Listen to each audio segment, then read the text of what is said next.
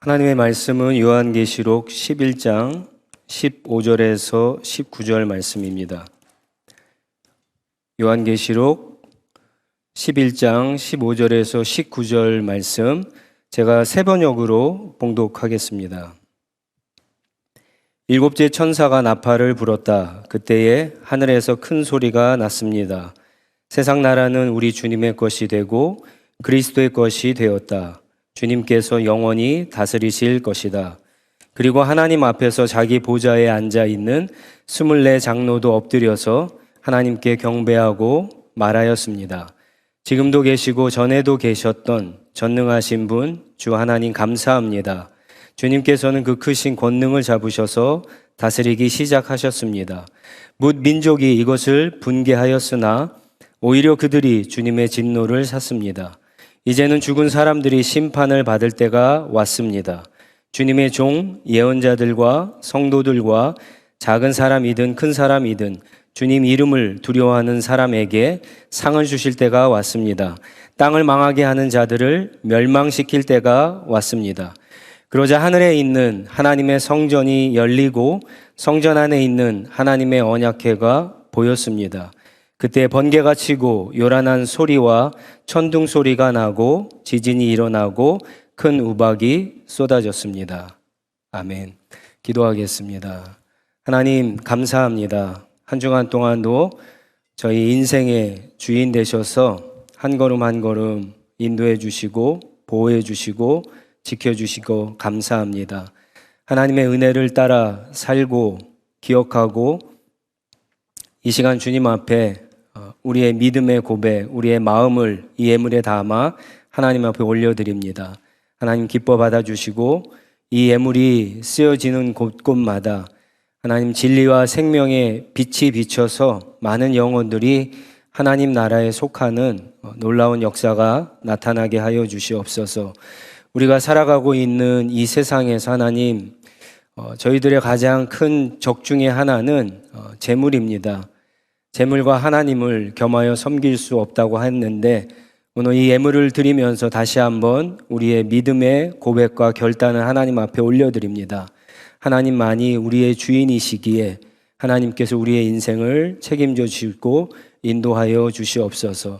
우리 성도들 한 사람 한 사람 어떤 상황, 어떤 환경, 어떤 곳에 있든지 간에 주님의 은혜 그늘 아래서 살아감으로 말미암아 늘 주님과 함께 동행하며 승리할 수 있도록 주님께서 인도하여 주시옵소서. 우리가 부른 찬양처럼 지금 이 시간도 곧 지나가게 되고 그때서야 비로소 하나님께서 여기까지 우리를 도와주셨다라고 하는 고백을 할 수 있는 저희들이 될 수 있도록 한 걸음 한 걸음 한순간 한순간 하나님이 우리를 붙잡아 주시고 인도하여 주시옵소서. 하나님 믿음의 눈으로 하나님을 기다리고 하나님을 바라보기를 원합니다.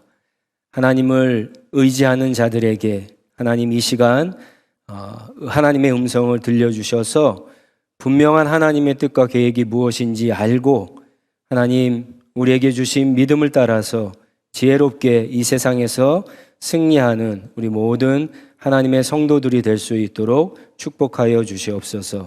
존귀하신 예수님의 이름으로 기도합니다. 아멘. 가끔 재미있는 영화나 드라마를 보고 나서 나도 모르게 스포일러를 할 때가 있습니다. 그럴 때면은 어떤 사람들은요 내용을 다 알게 돼서 이제 영화나 드라마를 보더라도 긴장감이 없고 재미가 없게 됐다고 싫어하고 어떤 분 같은 경우에는 화를 내기까지 합니다. 여러분들도 누군가가 이렇게 스포일러 하는 것을 싫어하시죠? 아마 싫어하실 거예요. 그런데 이 스포가 다 나쁜 것은 아닙니다. 좋은 스포도 있습니다. 제가 중학교 때 일인데요. 어느 날 반장이 들어와서 야, 이번 중간 시험 때 학급 평균 점수를 넘지 못하는 사람은 선생님이 한 달 동안 청소를 시킨다고 했어 라고 말하는 거예요. 여러분, 제가 열심히 공부를 했을까요? 안 했을까요? 네, 열심히 공부를 했습니다. 그래서 청소를 하지 않았습니다. 왜 그랬을까요? 이 반장의 스포 때문에 그런 거죠. 이런 것은 좋은 스포인데 우리 인생에는 이런 스포가 사실 굉장히 많이 있습니다. 만약에 어떤 스포를 듣게 되어서 우리가 이 세상과 역사의 마지막 끝을 알게 되었다고 여러분 생각해 보세요. 그러면 우리의 인생이 좋을까요? 나쁠까요? 인생이 재미있을지 없을지는 모르지만 마지막을 아니까, 세상의 끝, 역사의 마지막을 아니까 아마 너무 잘못된 방향으로 우리가 가지는 않을 겁니다. 또 잘못된 방향으로 가다가도 돌이킬 거예요. 시간을 끝을 아는데, 목적지가 분명한데 낭비하지 않을 거예요. 우리에게 주어진 시간은 정해져 있지 않습니까? 그것을 굉장히 지혜롭게 잘 사용할 겁니다. 세상의 끝을 안다면, 역사의 끝을 안다면, 나의 마지막을 안다면 내가 무엇을 해야, 어떻게 살아야 할지 고민하고 지금 나에게 주어진 시간은 더 열심히 성실하게 살아갈 겁니다. 그렇기 때문에 이런 것이야말로 좋은 스포인데 오늘 본문 말씀이 우리에게 그것을 이야기하고 있습니다. 이 세상과 역사의 마지막이 어떻게 될지 저와 여러분에게 알려주고 있습니다. 마침내 드디어 우리가 기다리던 7번째 마지막 나팔이 울렸습니다. 여러분 기억하시죠? 나팔이 울릴 때마다 어떤 일들이 있었죠? 하나님의 재앙과 심판이 이 세상 가운데 일어났는데 7번째 마지막 나팔이 울렸을 때에는요, 이 세상에 어떤 재앙이나 심판도 일어나지 않았습니다. 대신에 하늘에서 큰 소리가 났는데 오늘 우리가 읽었던 15절 말씀에 있죠. 세상 나라는 우리 주님의 것, 하나님의 것이 되고 그리스도의 것이 되었다. 그리스도께서 영원히 다스릴 것이다 라고 하는 큰 소리가 났습니다. 성경에서 나팔이 울리는 것은요, 새로운 왕이 출현할 때나 아니면 적군이 쳐들어올 때 경고의 나팔을 울릴 때가 있는데 이 마지막 7번째 나팔은 아마도 새로운 왕의 출현을 알리는 나팔인 것 같습니다. 우리 주 예수 그리스도께서 다시 오신다는 거죠. 그때는 왕으로 오셔서 영원히 다스릴 것이며 세상에 있는 모든 나라들은 하나님과 그리스도의 나라가 될 것이다 라고 하는 겁니다. 그럼 결국 무슨 말입니까? 하나님이 그동안 이 사탄의 나라, 세상 나라를 철저하게 심판하셨던 마지막 최종적인 이유는 무엇을 만들기 위해서요? 무엇을 완성하기 위해서요? 하나님과 그리스도의 나라를 세우기 위해서라는 거죠. 여러분, 이것이 세상과 역사의 마지막에 일어날 모습입니다. 우리가 살다가 보면 지금 당장은 세상 나라가 이기는 것 같죠. 세상 나라에 속하지 않고 세상 나라를 따라가지 않으면 나한테 큰 일이 나고 손해를 보고 실패하고 내가 남들보다 뒤처지는 것 같고 망하는 것 같이 보이죠. 근데 그렇지 않습니다. 성경이 우리에게 말해주는 것은 세상 나라는 결국 망합니다. 완전히 세상 나라는 무너집니다. 반면에 하나님 나라는 어떻습니까? 예수 그리스도의 십자가 사건을 통해서 시작된 하나님의 나라는 세상에서 힘을 못 쓰는 것 같아요. 하나님의 나라가 어디 있지? 잘 보이지도 않고 드러나지 않는 것 같습니다. 그 나라가 2000년 전에는 있었던 것 같지만 지금 우리 주변에는 아무리 씻고 찾아봐도 세상을 보면 없어진 것 같아요. 사라진 것 같습니다. 그런데 그렇지 않습니다. 여러분, 예수님의 비유의 말씀 기억하시죠? 겨자씨 비유와 누룩의 비유처럼 우리의 눈에는 보이지 않지만 지금 하나님의 나라는 큰 나무로 자라가고 있는 거예요. 지금 하나님의 나라는 이 세상 나라 가운데 침투해서 그것을 바꾸고 하나님의 나라를 부풀게 하고 있는 겁니다. 그리고 마침내 마지막 7번째 나팔이 울릴 때 여리고성이 한 번에 무너졌던 것처럼 세상 나라는 무너지고 하나님과 그리스도의 나라가 완전히 승리하고 영원히 우뚝 서게 되는 것이 마지막에 일어날 모습입니다. 우리가 눈으로 볼 때 세상 나라들은 굉장히 오래 갈 것 같고 영원할 것 같지만 역사에 그런 나라는 하나도 없었습니다. 그토록 위대한 로마 제국도 역사에서 사라졌어요. 영원히 해가 지지 않을 거라고 했던 영국 대영제국도 해가 오래전에 졌고요. 지금 거의 100년 가까이 세상에서 가장 강한 미국 역시 마찬가지로 역사에서 사라질 겁니다. 오직 영원하신 우리 주 예수 그리스도가 다스리는 나라만이 영원한 나라이고 영원히 다스림을 받을 것입니다. 그러한 모습을 볼 때 교회와 성도는 오늘 16절 말씀에 있는 것처럼 24장로와 같이 우리 주 예수 그리스도와 하나님께 모든 영광과 찬양과 경배를 돌리는 일이 일어나게 되는 겁니다. 그리고 또 마지막 나팔이 불릴 때 어떤 일들이 일어납니까? 18절에 보면은요, 세상에 있는 모든 사람들이 두 부류로 나누어집니다. 하나님과 그리스도를 경외하는 자들에게는 상이 주어질 것이고 땅을 망하게 하는 자들은 멸망을 당하게 됩니다. 여기서 상은 구원을 이야기하는데 예수님이 또 이런 것도 말씀하셨죠. 예수님 말씀처럼 알곡과 쭉정이를 그대로 놔두게 하죠.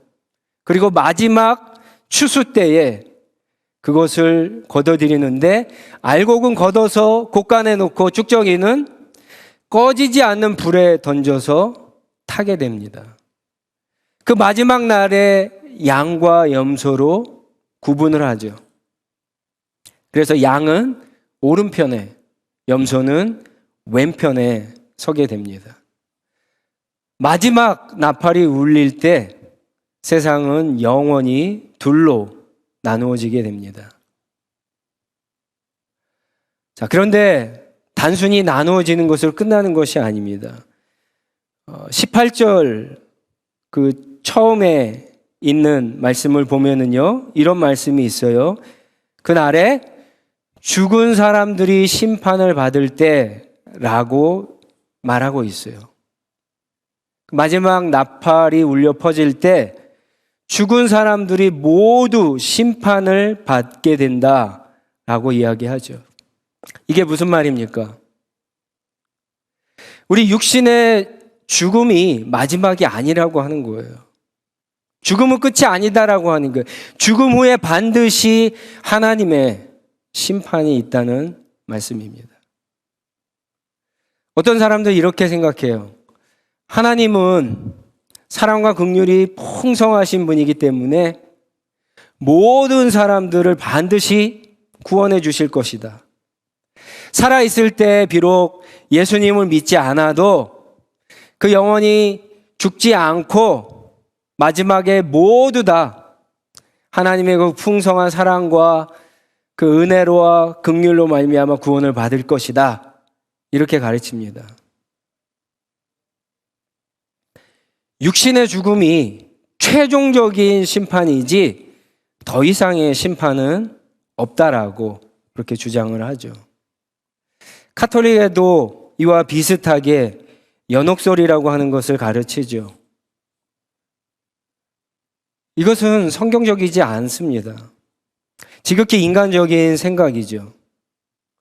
마지막까지 회개하지 않는 사람들의 모습을 보면 너무나 안타깝지만 그들을 동정하는 마음에서 하나님의 말씀 진리를 왜곡할 수는 없는 거죠. 여러분 보세요. 하나님이 긍휼과 사랑이 많으세요. 그래서 첫 번째 나팔, 두 번째 나팔, 세 번째 나팔, 네 번째, 다섯 번째, 여섯 번째 나팔이 울릴 때까지 기회를 주셨어요? 안 주셨어요? 주셨어요. 전쟁이 일어날 때, 적군이 쳐들어올 때 나팔은 경고의 나팔로 울린다고 그랬죠. 경고를 하셨어요. 회개하고 하나님께 돌아올 수 있는 기회를 벌써 많이 주셨어요. 마지막 일곱 번째 나팔이 울리더라도 회개하지 않을 사람은 회개하지 않는 거예요. 그래서 마지막 나팔은 심판과 재앙이 일어나지 않고 경고와 기회의 나팔이 아니라 모든 심판이 완성되고 하나님의 나라가 완성을 알리는 그런 나팔로 불려지게 되는 거예요. 히브리서 9장 27절에도 사람이 한 번 죽는 것은 정해진 것이요 그 후에는 심판이 있다고 분명히 말씀하고 있습니다. 육신의 죽음 후에 하나님의 마지막 심판이 있습니다.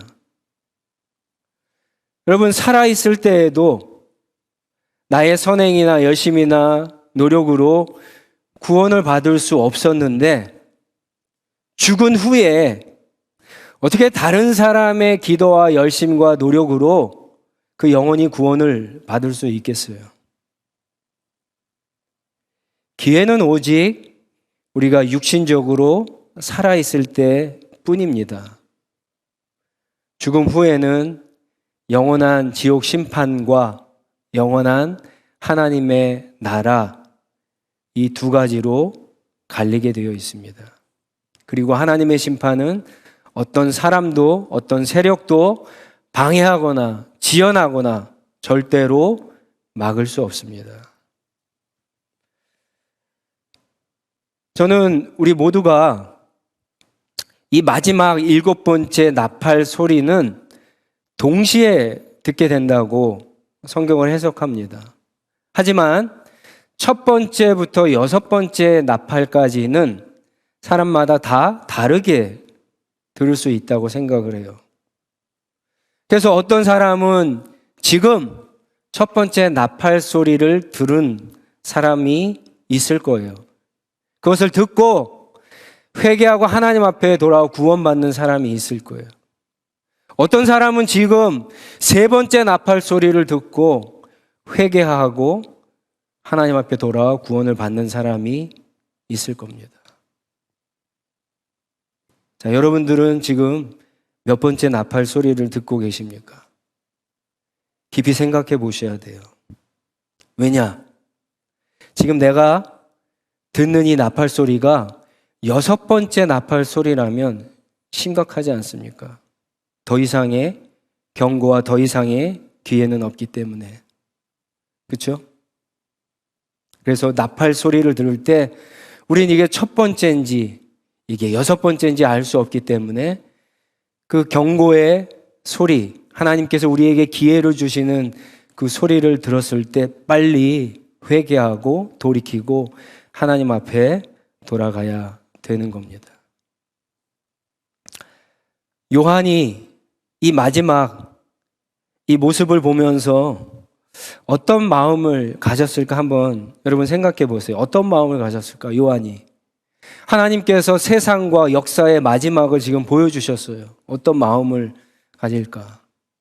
아마 두 가지 마음이 들었을 거예요. 하나는 굉장히 가슴이 벅차고 뛰면서.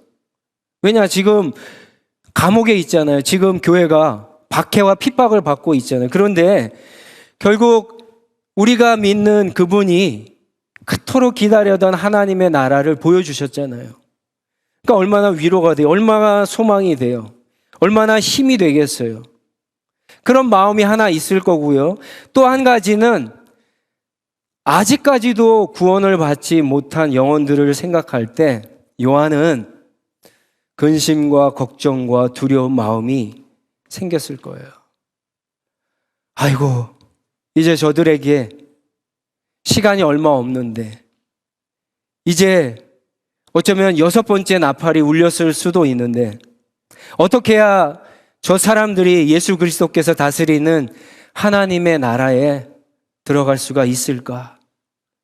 그런 고민을 할 때, 그런 생각을 할 때, 여러분 19절에 있는 또 한 가지의 환상을 하나님이 요한에게 보여주시는 거예요. 요한이 뭐를 봅니까? 하늘을 봤는데 하늘에 있는 하나님의 성전이, 그렇죠, 예루살렘 성전이 열리고 그 성전이 이제 안뜰과 바깥뜰이 있고, 그럼 더 들어가면은 성소와 지성소가 있는데 그게 다 열리면서 마지막 가장 안쪽, 가장 중심에 있던 지성소까지 열리면서 그 지성소 안에 있던 하나님의 언약궤를 하나님이 요한에게 보여주시는 거예요. 왜 하나님께서 요한에게 하나님의 언약궤를 보여주셨을까? 왜 보여주셨을까? 하필이면 히브리서 9장 3절로 4절 세번역 말씀으로 제가 읽겠습니다. 그리고 둘째 휘장 뒤에는, 둘째 휘장은 이제 지성소를 이야기합니다. 지성소라고 하는 장막이 있었습니다. 거기에는 금으로 만든 분향 제단과 온통 금으로 입힌 언약궤가 있고, 언약궤 안에는 만나를 담은 금 항아리와 사기난 아론의 지팡이와 언약을 새긴 두 돌판이 들어 있었습니다.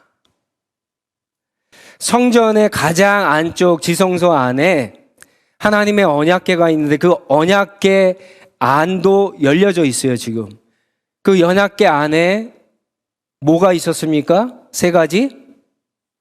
싹이 난 아론의 지팡이, 그리고 만나를 담은 금 항아리, 마지막은 십계명이죠. 두 돌판이 들어 있었습니다. 이스라엘이 광야를 지날 때 한 번은 고라 자손이 모세와 아론에게 반기를 든 적이 있어요. 하나님이 세우신 하나님의 대리자 모세와 아론에게 반기를 들었다는 것은 하나님 앞에 반역을 했다는 거죠. 그것을 하나님께서 잠재우시기 위해서 아론의 지팡이, 쭉 여러 지팡이 가운데 아론의 지팡이에게만 싹이 나는 그런 기적을 행하십니다. 싹이 난 아론의 지팡이는 그래서 고라 자손 이스라엘 백성의 반역을 의미합니다. 만나도 여러분 마찬가지죠. 만나를 왜 얻게 됐어요? 광야 생활을 하면서 먹을 것이 없어 굶어 죽게 되었을 때 이스라엘 백성들이 하나님을 원망했죠. 하나님을 비난했어요. 왜 우리를 광야까지 데리고 나와서 죽게 했느냐? 그때 하나님께서 아셨어요. 만나를 주면 이 백성이 조용할 것이다? 아니요. 만나를 줘도 조용하지 않을 것이다 하는 것을 아셨어요. 나중에 가서 메추라기도 달라고 그러잖아요. 40년 동안 만나와 메추라기를 주셨어요. 근데 만나를 왜 주십니까? 그 만나를 보면서 이 백성이 자기들은 반역을 했지만 하나님이 얼마나 은혜로우신 분인가.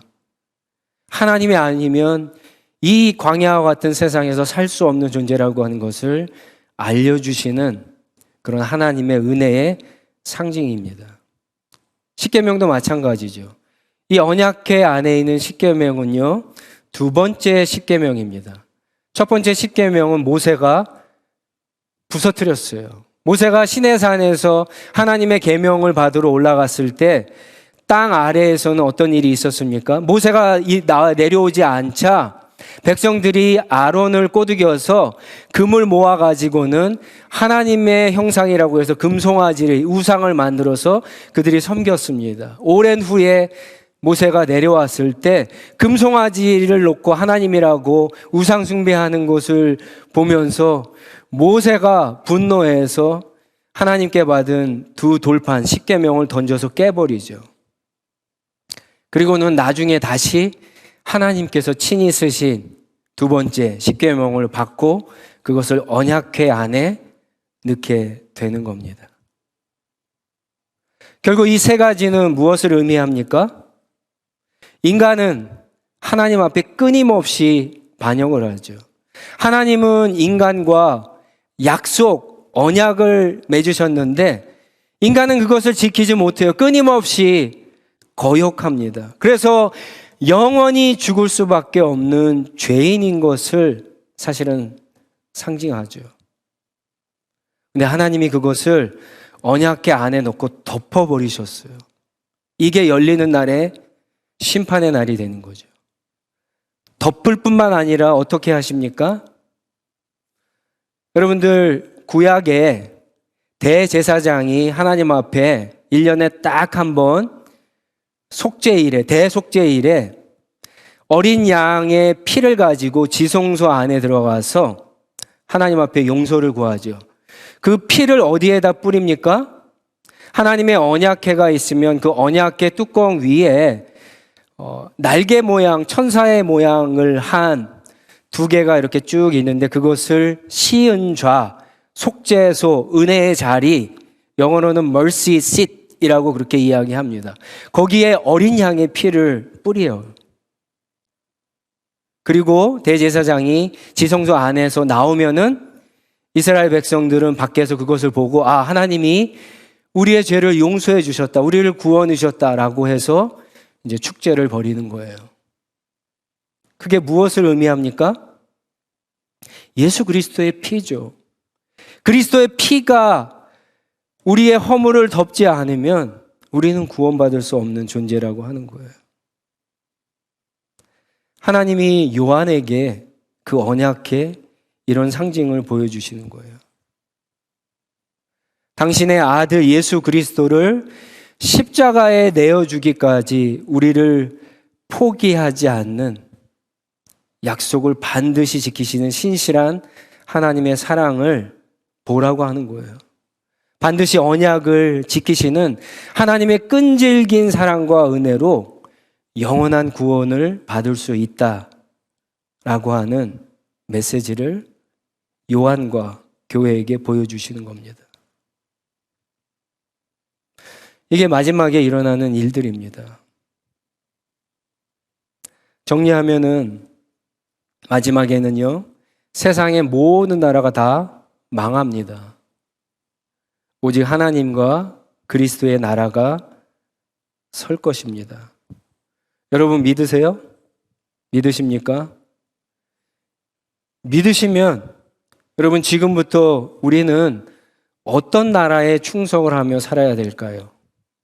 세상 나라입니까? 아니면 하나님의 나라입니까?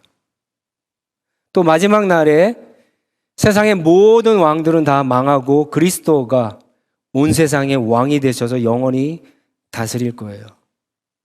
믿으세요? 믿으시면 지금부터 여러분의 인생에 누구를 왕으로 삼고 섬겨야 하는가를 정하셔야 돼요. 돈입니까?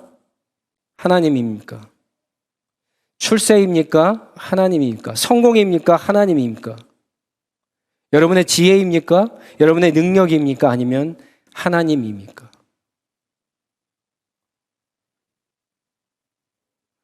하나님, 예수 그리스도만 여러분 왕으로 등극하십니다.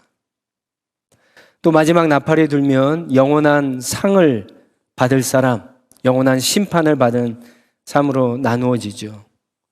그렇다면 우리가 이 질문을 나 자신에게 해봐야 돼요. 우리 가족들에게 해봐야 돼요. 여러분의 지인들, 친구들에게 해봐야 돼요. 나는, 우리 가족은, 내 사랑하는 친구들은 이 영원한 상을 받았는가? 받을 수 있는가? 이 질문을 해보셔야 돼요. 그래서 만약 받지 못했다면 요한이 본 것처럼 하늘에 있는 성전이 열리고 성전 안에 있는 언약궤를 볼 수 있어야 됩니다.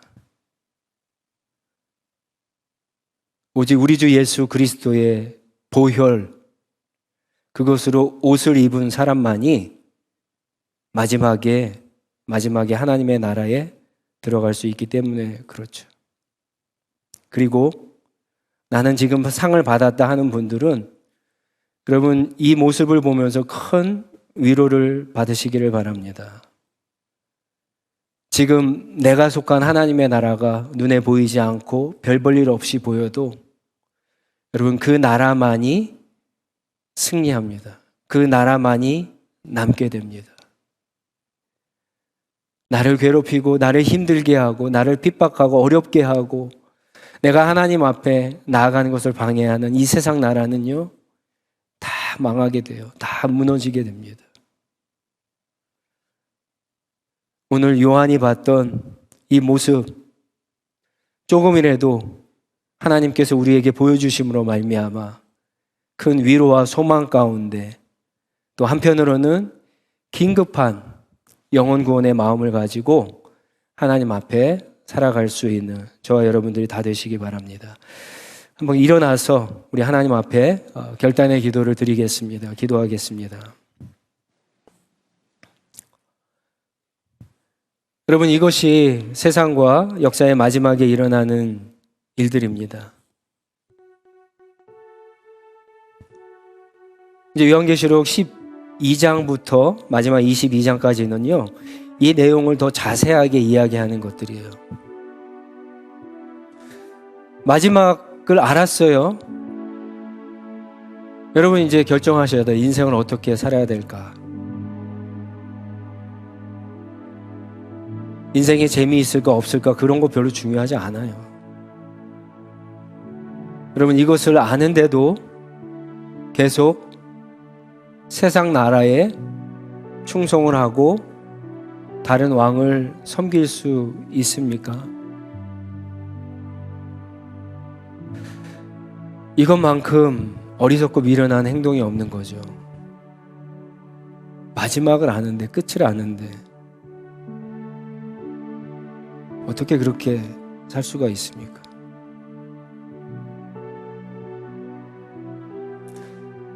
우리 주 예수 그리스도께서 온 세상의 왕이시고 나의 왕이심을 인정하고 고백하고 그분만 신뢰하고 그분만 의지하고 지금 이 시간부터 하나님과 그리스도의 나라에 속한 백성답게 살아가게 해달라고 하나님 도와달라고 은혜를 달라고 그렇게 한번 기도하며 주님 앞에 나아가도록 하겠습니다. 기도하겠습니다.